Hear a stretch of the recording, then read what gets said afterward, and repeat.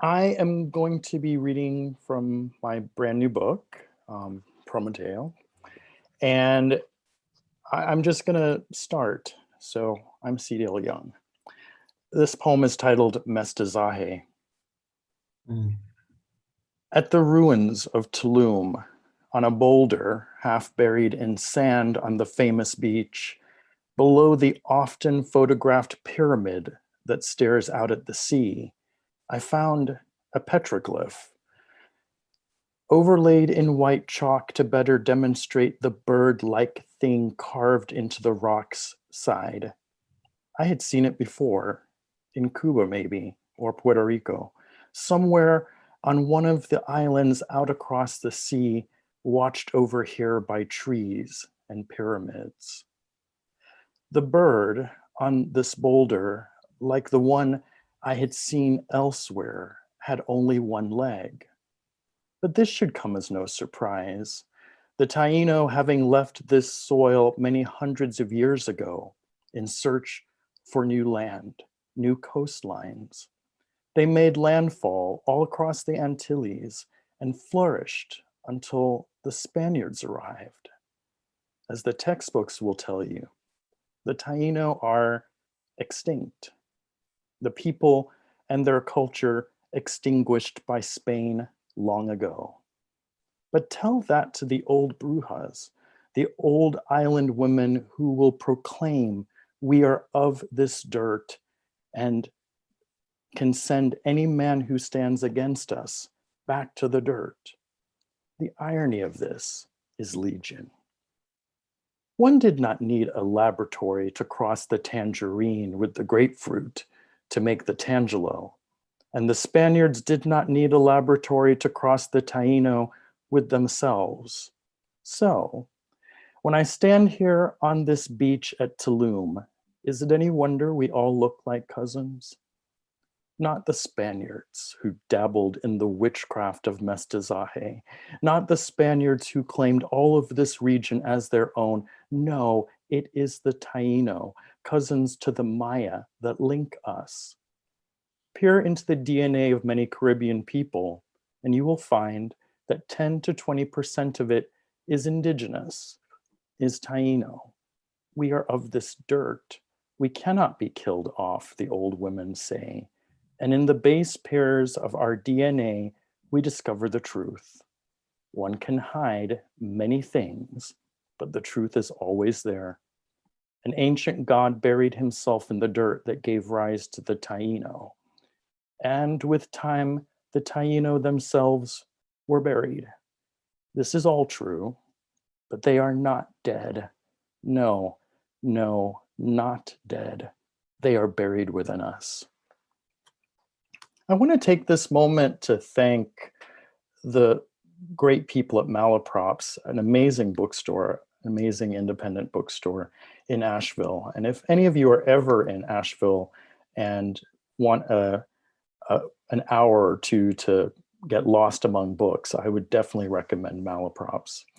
And I also want to thank all of you because these are kind of strange times, and it is both strange and beautiful that we're scattered across the world, but here together, listening.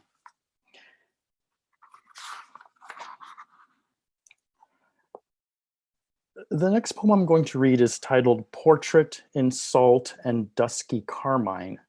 I always wanted to have the color Dusky Carmine in a poem, though I don't know that I expected this poem. I should warn you that I started out as a painter, so I've always been obsessed with different colors. As in childhood, the gentility of verandas and gardens, of tea and its trappings, made me anxious. But it took very little time for someone to disappear from that world. The cane fields that separate civility from the rough shoreline allow anyone, upper crust or field hand, to disappear. Down one of many dirt rows, the line cut as straight as the cane planted on either side, one rushes from the cultured world to an untouched one. Out of the cane fields, out from their wind-rippled leaves, shepherding you onward, one finds the sand and sea awaiting as if discarded by a retired god. The setting surfs, the setting sun's red and orange fingers tried unsuccessfully to reconfigure the seven shades the water's varying depths reflected, but all that changed was the sea foam, once white, now pink. The English painter who visited here once wrote that the daily gaudiness of this sight made one long for the nuance of dimming light at dusk as it smudged its charcoal over a Hampshire field. All I can say is it takes a certain temperament to prefer a sunset in Hampshire to a sunset in the Caribbean. I do not have such a temperament. I prefer a scene that requires oils instead of charcoal. The shore empty, the sun no longer visible, the water's colors finally succumbed and darkened to night, the same as that settling over us from above. Not the sunset, but the time following sunset, the day's technicolor displays erased. Alone on the soft sand, the surf mumbled the old language. Like my great-great-grandmother who visits me in dreams, it said, salt or no salt, trust no one. It is difficult for one like me to disregard the sea and the cane fields. I am perfectly aware this place is no longer my home, but the sea says, truth is truth, and the cane field says, like the machete, you belong to me.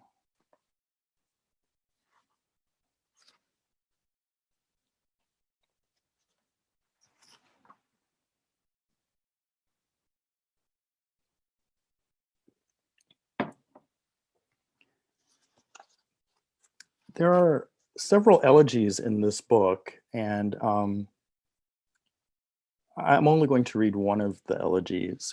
This is for my uncle, The Call, in memoriam Cecil Young. I'm addicted to words, constantly ferret them away in anticipation. You cannot accuse me of not being prepared. I am ready for anything. I can create an image faster than just about anyone. And so the crows blurring the tree line, the sky's light dimming and shifting, the Pacific cold and impatient as ever, this is just the way I feel. Nothing more. I could gussy up those crows, transform them into something more formal, more Latinate, could use the exact genus, Corvus, but I won't. Not today. Like any addict, I too have limits. And I have written too many elegies already. The living have become jealous of the amount I have written for the dead. So leave the crows perched along the tree line, watching over us. Leave them be. The setting sun, leave it be. For God's sake, what could be easier in a poem about death than a setting sun? Leave it be. Words cannot always help you, the old poet taught me.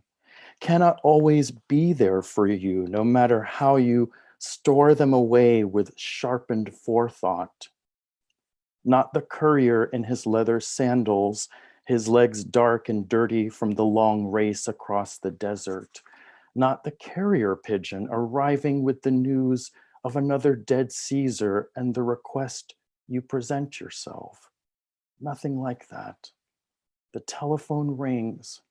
Early one morning, the telephone rings, and the voice is your mother's voice. No fanfare.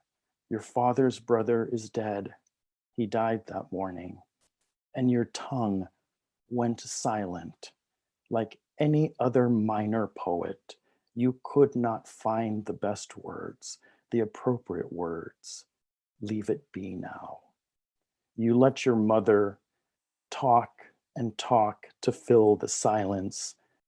Leave it be. All of your practiced precision, all of the words saved up for a poem can do nothing to remedy that now.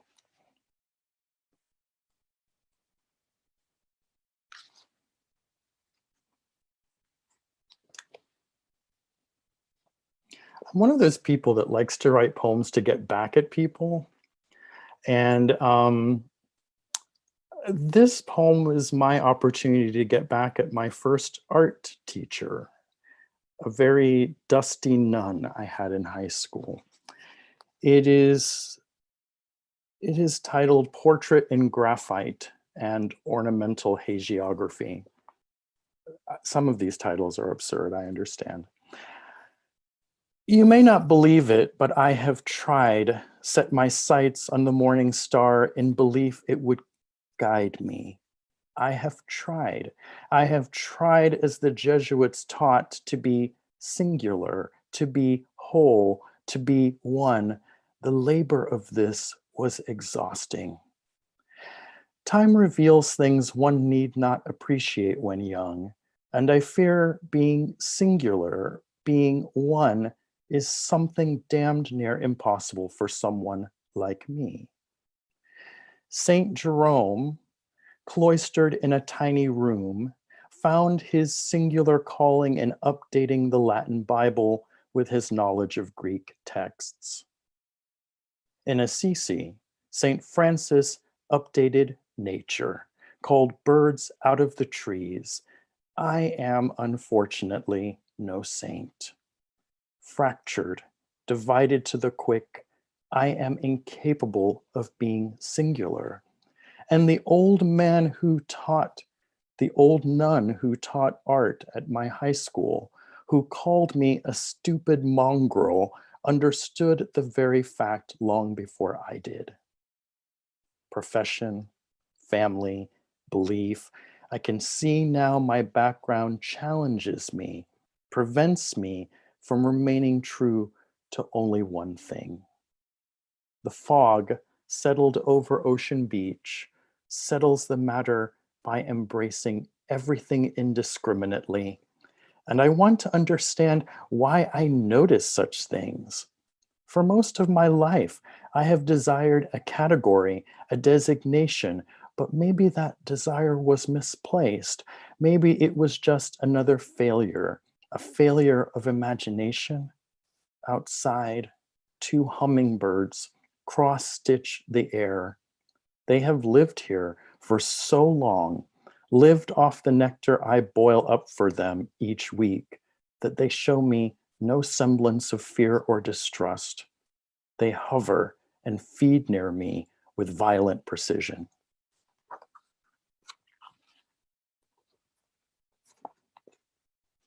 And I'm going to close with,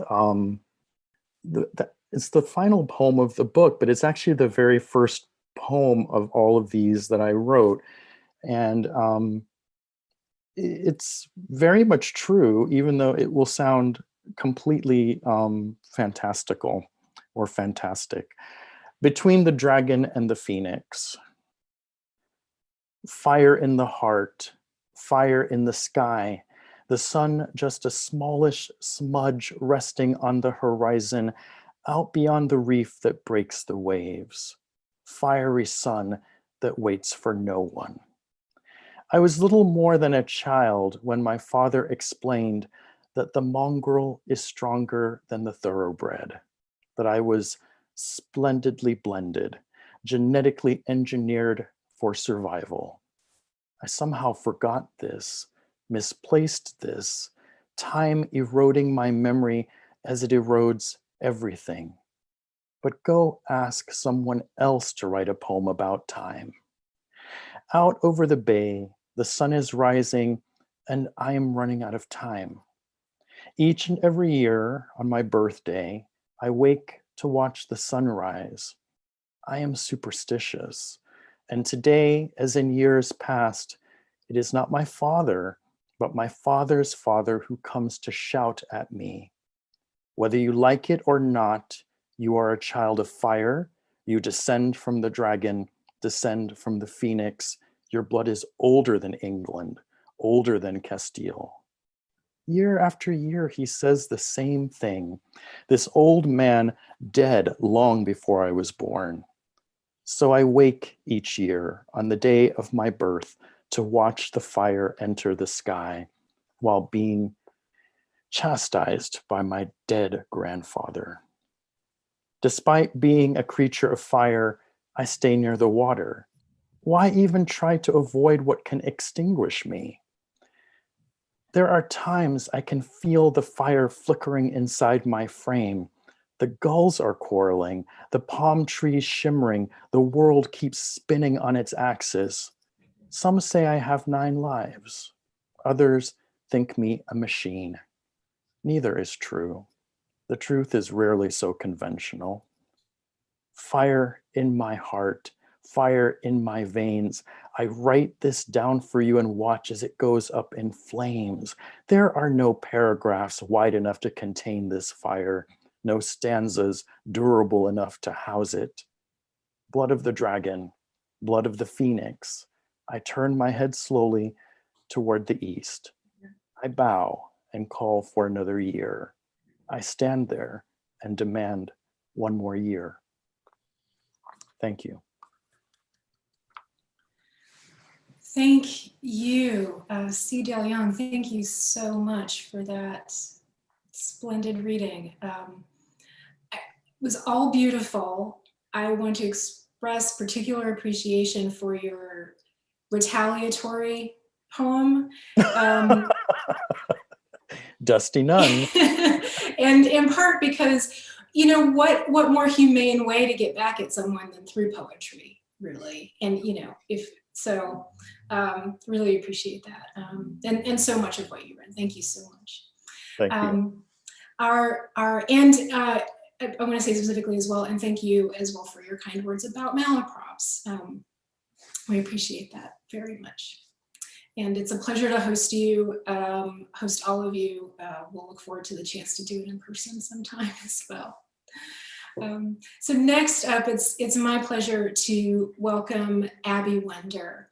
I know, and I want to repeat that we do, these poets this evening, and I didn't mention previously, I know that they all know each other, and also have been connected to Asheville.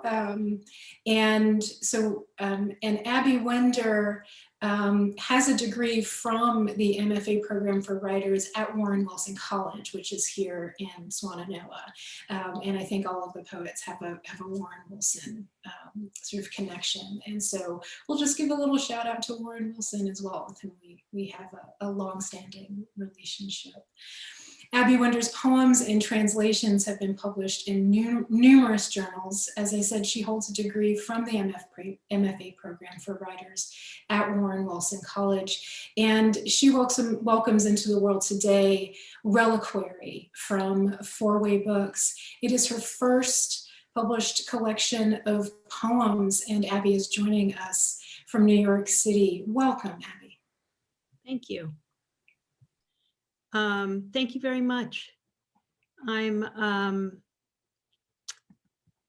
incredibly proud to be here and happy to share this reading with Reg and Cedale, both of whom were teachers of mine in different times during my program and after. And I did want to say how serendipitous it is for me to read for Malaprop, since I saw so many wonderful readings there during my time in Asheville, and how much I would love to be there in person. So thank you. So this is my book. It's the first book of mine. So thank you also to Four Way and Martha Rogues. And I will begin. I'll begin with a poem about time. It's called A Room. I was speeding along a familiar highway to the village of No Time.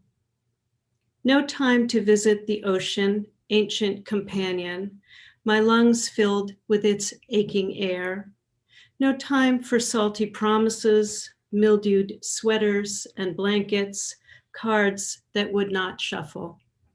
The closer I came to windmills and steeples, the bluer the sky looked, trees in brassy autumn.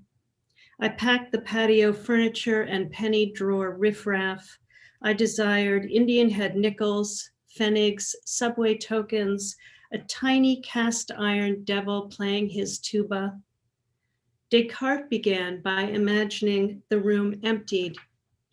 First chair, desk, candle, and then at last his pen. When nothing remained, he considered his abiding question. Is anything real?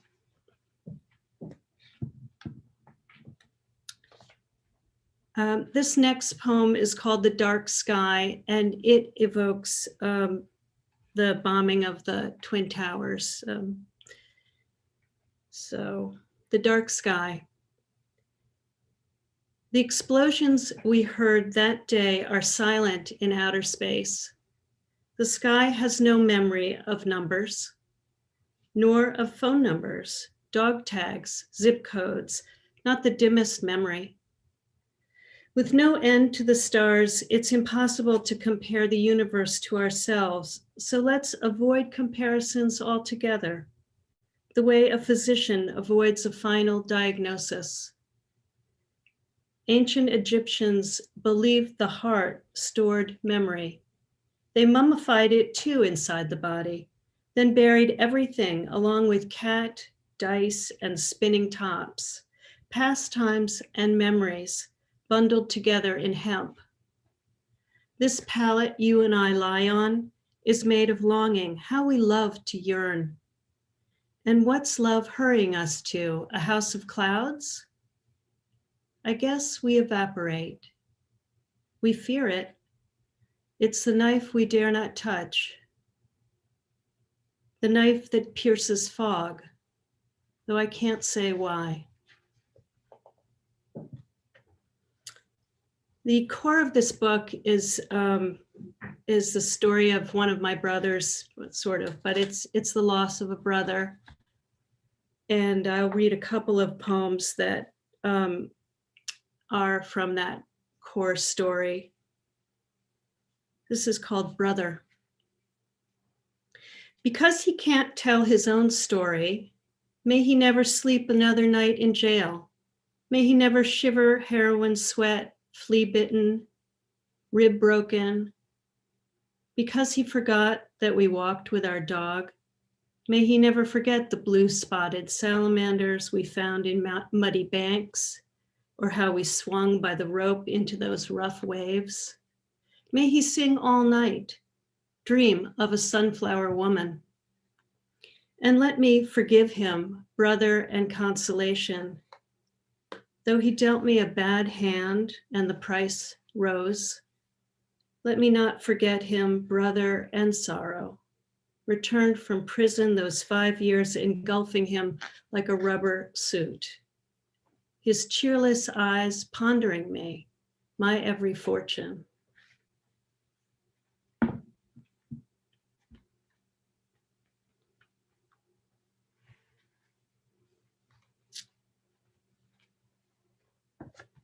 This poem is from a series, but I'll just call it Reliquary. He vanishes like water through my fingers, but he wasn't made of water or light, though he seemed lucent, tender. After the evening bath, the child who wrapped a turban, a towel, turban style, on his head, joked, "I'm delightful to be with." He was right about the war, and I was a pedantic twerp. He ate mayonnaise sandwiches, played trumpet, then flute, disappeared into the dog's luxuriant fur, whip and speed of ocean surf, devoured our mother's ice cream wafer cake, licking the whisk she'd hand him. The poet Horace told his friend not to weep. It's superfluous, I won't be there. This is a reliquary to hold my brother's gifts, his sad kindness. What to say to those who remember him? I wait to hear him praised.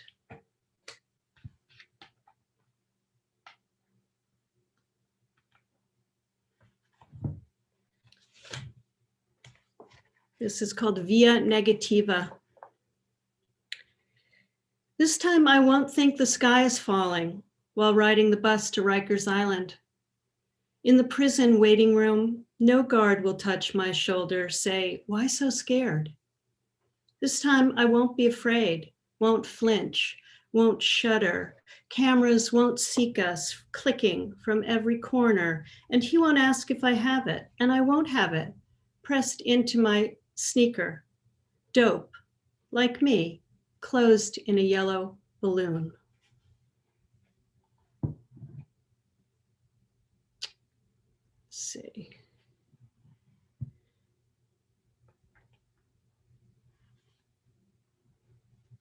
Sister. He's one more man lit with prison fluorescence. The day he's released, he welcomes me. What took you so long? Tears in my mouth, feckless, I think. Dressed in street clothes, he looks well enough. My arm around him, the prodigal. I bring him to our father's house. Oh, I'm not so different from the bitter sibling.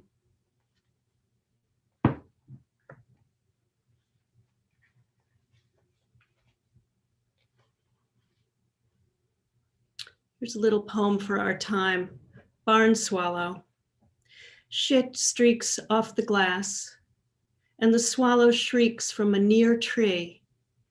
To see the eggs or the chicks, whichever's in the nest, on closer view, two nests side by side, how to keep close and away.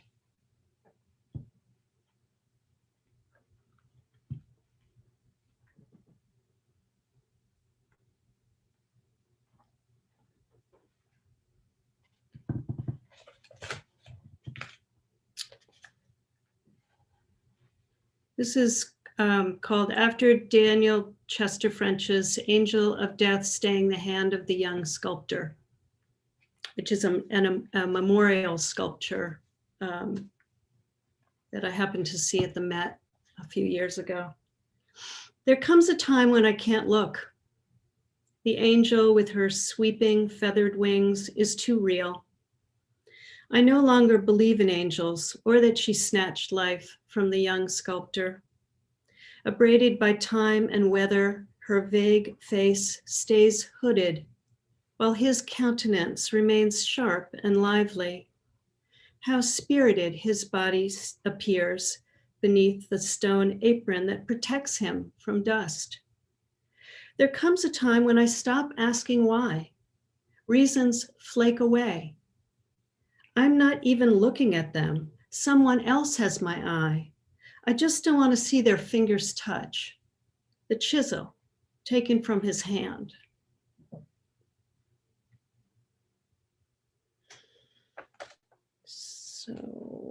So it's just past Valentine's Day, so I'll read this to my Valentine. Sri Lanka. Newly wedded, we borrowed 2 Schwinns from the rest house and rode into the jungle. He hurried ahead on the road like a moon wandering a cold sky. I was in his country for the first time. He sped on, his white shirt aglow. I tried to ignore the young soldiers lifting their rifles, the monkeys in trees throwing stones.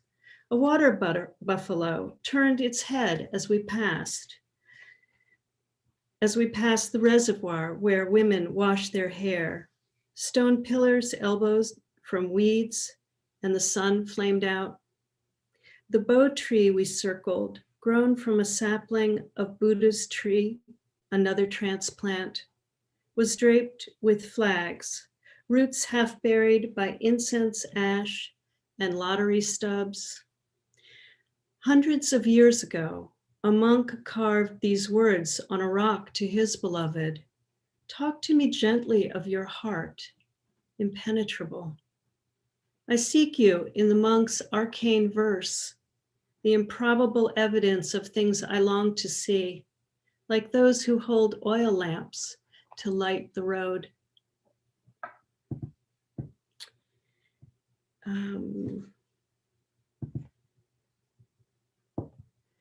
Temple of the Relic.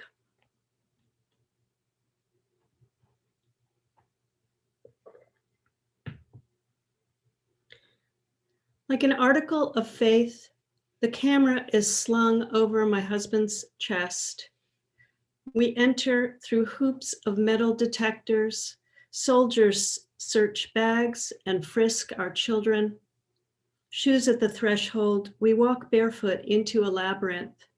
Our offerings tumbled onto piles of lotus 1,000 petals deep. Told that Buddha's tooth is hidden in a casket at the center of the temple, we leave the fresh air, the view of the lake, tourists reborn as pilgrims. In the inner chamber, pyres of candles and incense, the room reeks of ash and sweat. We huddle, our prayer inching along strings of flags, messages looped and tied to every timber and ledge. We chant the names of our loved ones and the ones lost, the ones who are restless, unable to sleep. Their names thrum in us. We say their names that they may rest. We say their names that we may sleep.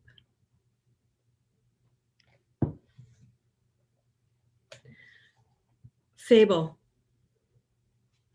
Oh, my children, the ant has a boulder in its mouth. Pale white ant rushes with a potato chip that fell yesterday from our table. I was like that once, moving rapidly, taking food home, bearing the weight, because an ant is a lever, its body a physics. The weight of the chip is nothing to it.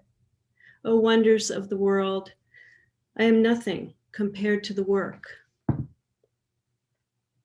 And I'll read one last poem.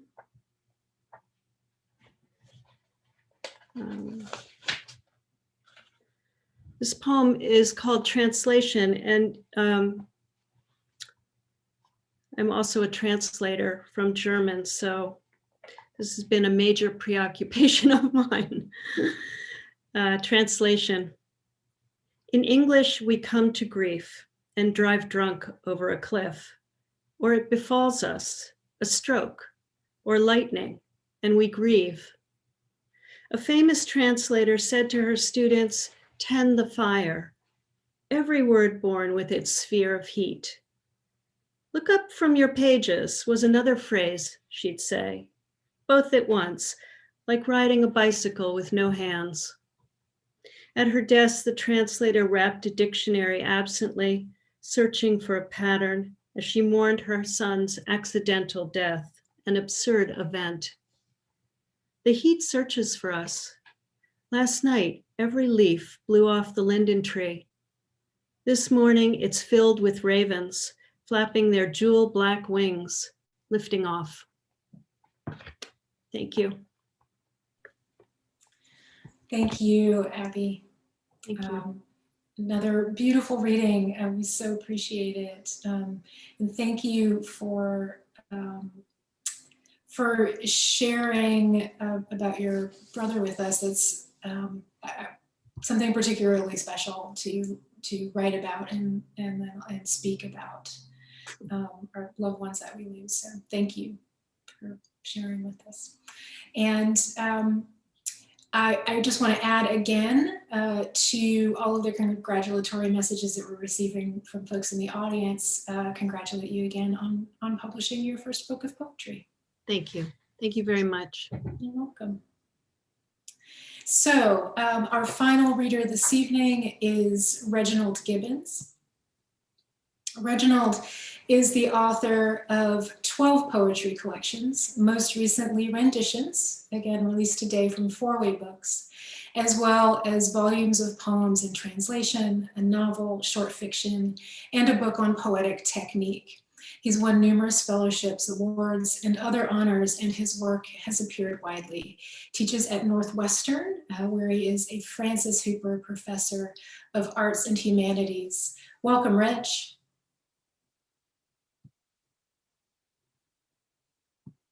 Oh, Reg, you need to unmute, sorry. There we go. Thank you very There much. we go, yeah.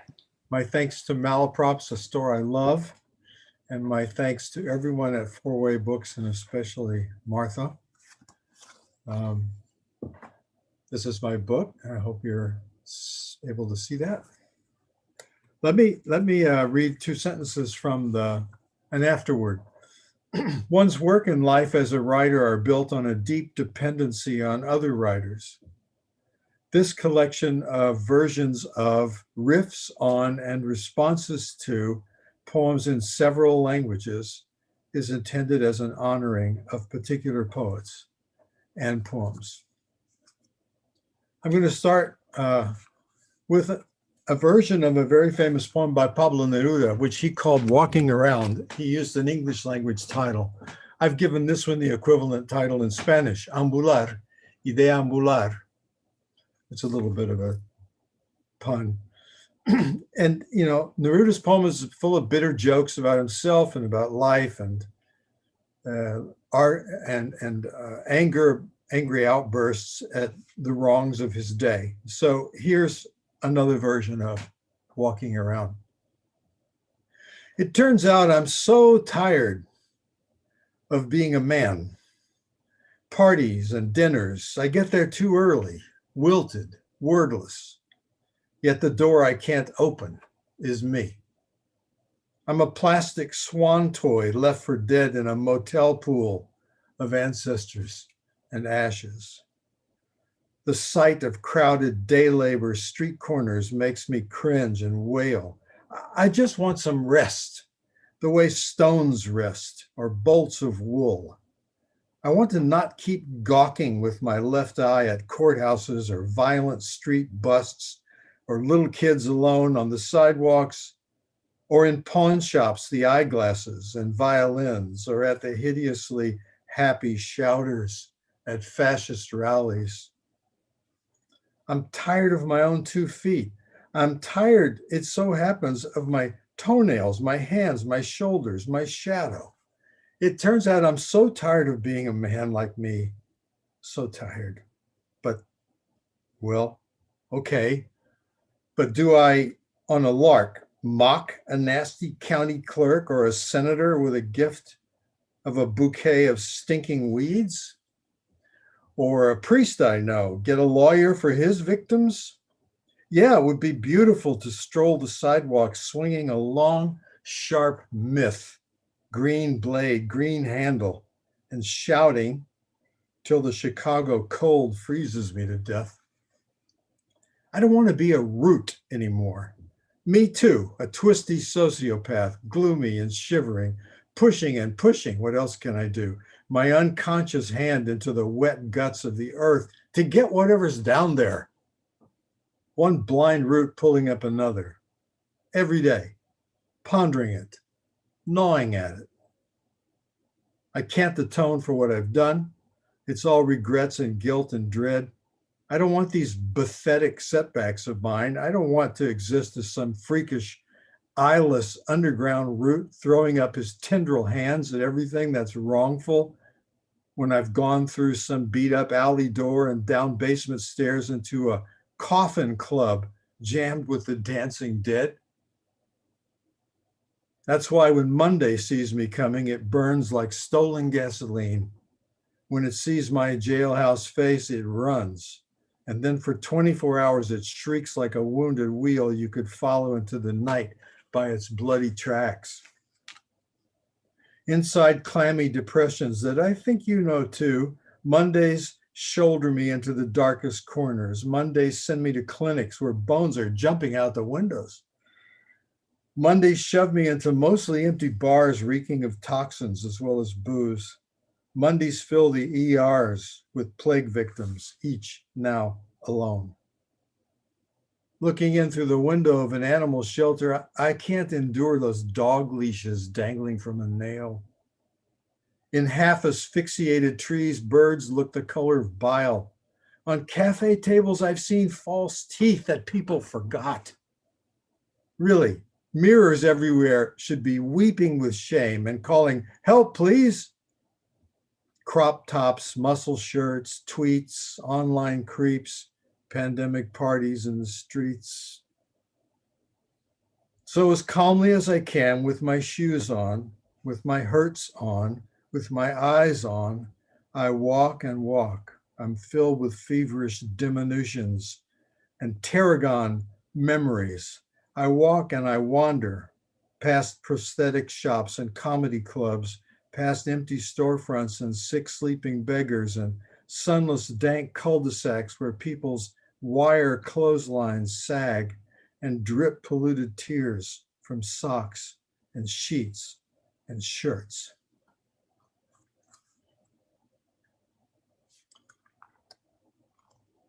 But there's an answer to that. This is a little poem this is a pretty close translation of a little poem by Osip Mandelstam, the Russian poet. I call it What Remains. He titled it with the first line, "What remains? Yes, bread that's poisoned, and not even one sip of air. How hard it is for the wound of life to be cured. Joseph himself, sold to Egypt as a slave, could not have been more heavily grieved. Then, under the sky, swarm of stars, Bedouins come. They quiet their horses. Then in turn, with eyes closed, each invents some chanted fragment of their day of epic nothing that only brought them boredom. Among such writers, little's needed to inspire. In the dunes, one man lost a quiver of arrows. Others traded some geldings for a mare. Events are only a mist that thins and disappears. But if such songs are sung out to the end with all the heart, with all the breath in the lungs, almost everything vanishes. And what remains is the desert vastness, the stars, the one who sings.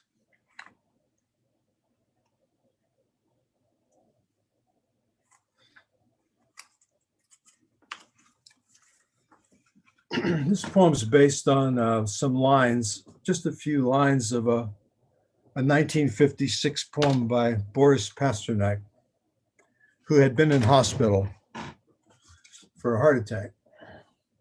I call this one Triage.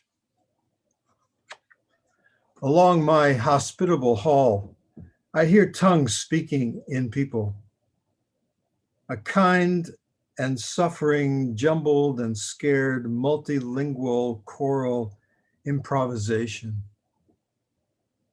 From my bed, I hear the patients and healers conversing in disheveled rooms, up crowded corridors of more beds, following diagonals of waiting, resignation, not knowing, perhaps recovery.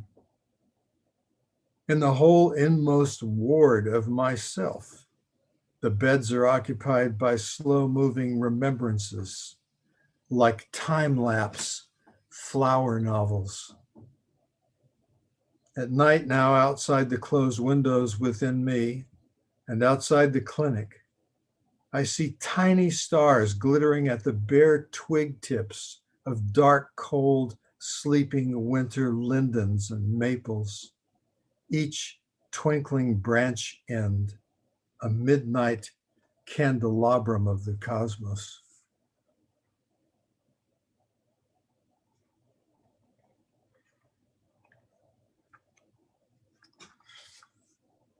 This is a somewhat enlarged little poem from the first century Greece. There are lots of little epigraphic epigrammic poems to ordinary people in that era. Elderly Greek scribe at a temple of the muses. Do you see him? He's offering his little heavy discus of lead for marking the margins and the columns, and his knife for trimming and notching his reed pens, and his straightest ruler, and his dry ink-stained, fine-poured pumice stone from the beach, for absorbing excess ink, for gently rubbing away a wrong mark. He places the four things there together. It's not silver, not gold, but it's his grateful donation today in honor of the muses. Only everyday things, worth nothing, yes, of course, but old age has clouded his eyes. He can't work anymore. And these are the only valuables he's ever owned.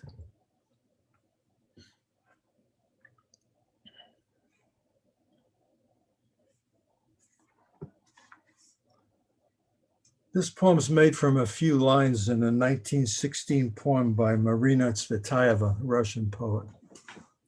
Lips, hands, eyes. Lips that need no brand names.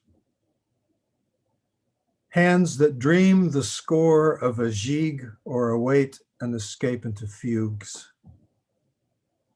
Eyes that do not close when they see hungry, displaced children, or unpleasant paupers, or beat up out of tune pianos, or books that are searching a dim house for a lit lamp.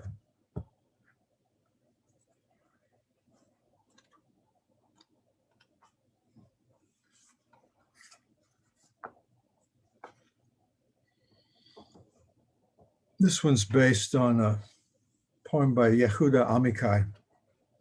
It's sort of close. Afterward, across fields of native weeds holding their breath and cows breathing, we escaped as far as a stand of slow fleeing trees. Screaming more and more, the devoted, hardworking ambulances nearby began rushing away toward ERs and then to gasoline bars. We lay down on our frightened raincoats.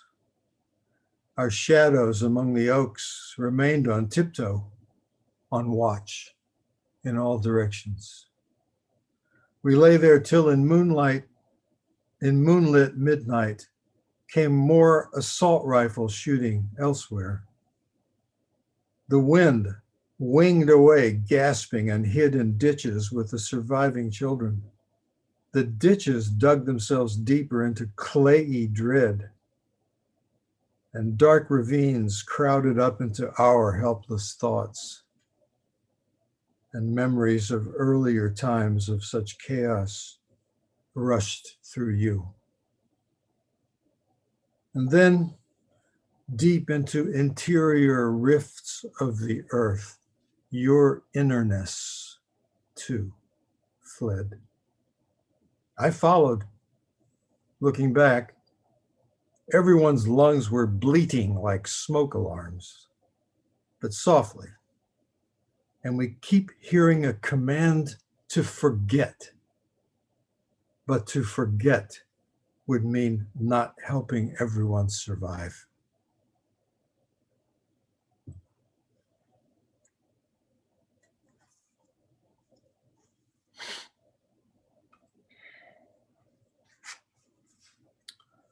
Here's another one from Greek.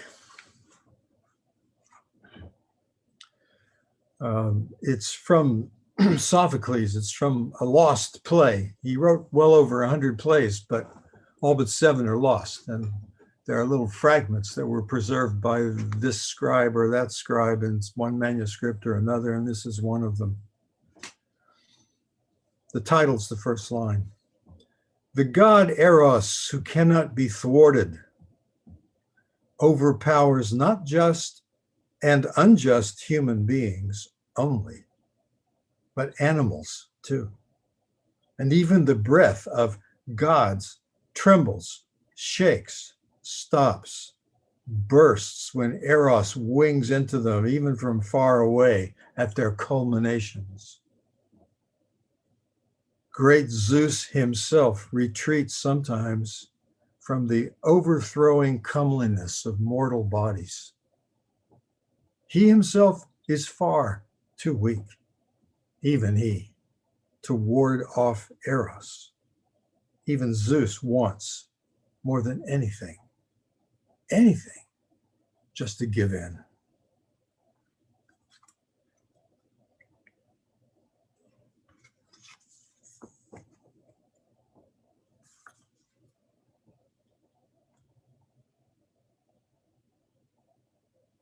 Okay. This is called Swear. It's based on 2 or 3 lines by Marina Tsvetaeva again. Swear by the cold beards of frosted stones, by stoic, steadfast winter pines, by the crystal frosted window where my lonely candle peers out. Swear, when summer comes, I won't let even one skiff pass by on my river without my inviting it. Stop, moor here. I won't let one singer stand at my listening door without my saying, come in, let us hear you.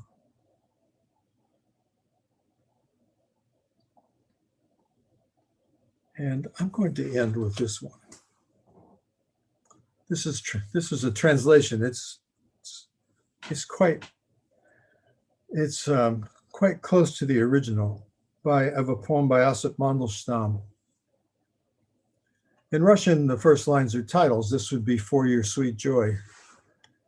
I call it Mandelstam's Bees. Bees. For your sweet joy, take from my cupped hands a little glittering of sun, a little honey. For this is what Persephone's own bees commanded. A boat can't cast off if it isn't moored. No one can hear a shadow that wears fur boots. We can't best our fear in this dark wood. Our kisses, these are all that we have, all that we can save. Velvety as bees, bees which die if they're exiled from the hive. There murmuring in the translucent groves of night, the far wilds of mountain Greece are their native land. Their diet is thyme, lungwort, pale meadowsweet. For joy, please, take this pagan gift, this rude rustling necklace of bees that have died. For these had transmuted honey into sun. Thank you.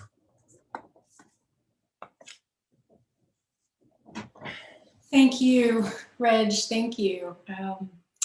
Another wonderful reading. Thank you for those renditions and for what amounts also to a nice little mini poetry seminar this evening. We got to visit through you with some other poets, and so that was wonderful. Thank you. We are just about at the top of the hour, so I'm going to take a moment to do something I neglected to do at the beginning, which is to thank my colleague Patricia Furnish, who has been with us this evening. I'll just go ahead and say, like a busy bee, posting links in the chat for you, and thank you, Patricia. And I'd like to end with another thank you to all of you who've joined us this evening. We know that your time is valuable, and what a lovely way to end a Monday in particular. I think, Mondays being what they often are. And I'd like to invite the poets to offer any last words before we sign off for this evening. As C. Dale, we'll start with you. I just want to say thank you for everyone's attention and taking the time out to listen to us. It was a pleasure. Abby. Oh, I need to unmute, sorry. The Zoom. Sorry, the It's Zoom. okay. Yeah. Thank you very much, Stephanie and C-Dale and Reg. And thank you for everyone who attended. Of course, we can't see you, but we thank you. We know you're there and your love, we feel it. And so thank you. It's an honor. Yes, that's all I would add. Thanks to everyone who's been listening. We three poets deeply appreciate your being here. Thank you all again to poets and to the audience and to Four Way Books. And we look forward to seeing you after a fashion at another event soon. And meanwhile, please stay safe and stay well. And thank you again.